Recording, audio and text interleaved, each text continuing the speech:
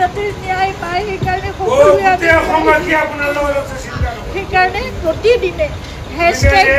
হেশটেগ justice for Zubeen Garg সকলোৱে লিখিব এবাৰ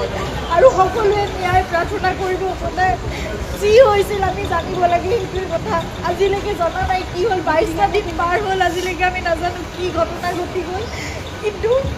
আপোনালোকে সকলোৱে লিখিব আপোনালোকৰ ছ'চিয়েল মিডিয়া আছে এখন যুদ্ধৰ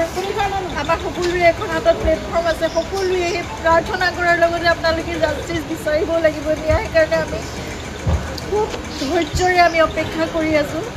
কিন্তু সেই ন্যায় আমি পাব লাগিব সেইকাৰণে সেই যুঁজখনত আমি সদায় ব্ৰতী হৈ থাকিব লাগিব আপোনালোকক প্ৰাৰ্থনা জনাইছোঁ